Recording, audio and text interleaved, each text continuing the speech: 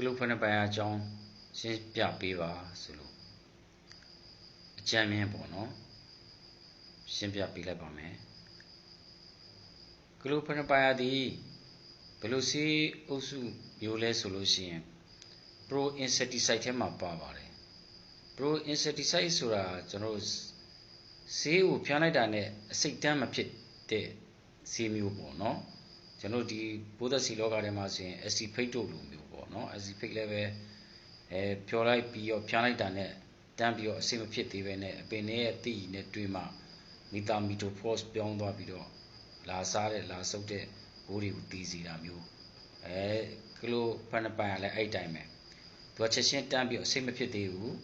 ဒီပိုးကောင်ရဲ့ခန္ဓာကိုယ်ထဲကိုရောက်မှအစိတ်ဖြစ်ပြီးတော့တီးစီတာမျိုးဖြစ်ပါတယ်သူရဲ့အရှင်ကတော့ကျွန်တော်ထိသေးရောပင်လုံးပြန်ရောဒီ translamina အရှင်ရောရှိပါတယ်ဒါကြောင့်ကျွန်တော်တို့ဒီအရှင်ပေါင်းစုံအာနိသင်ရှိတဲ့ကလိုဖန်ပိုင်ယာကိုလေးဆိုလည်းဖြန်းလို့ရတာပဲကလိုဖန်ပိုင်ယာเนาะဒီစုပ်စားပိုးတွေလည်းဖြန်းလို့ရတယ်ဒီကြိုက်စားပိုးတွေကတာပလာတွေကိုလည်းပဲဒါကလိုဖန်ပိုင်ယာဖြန်းလို့ရတာပဲနောက်ဒီမွားတွေဒီစပိုင်ဒါမိုက်တွေအကာရီဆိုက်အုပ်စုတွေကိုလည်းပဲကျွန်တော်ဒီကလိုဖန်ပိုင်ယာကို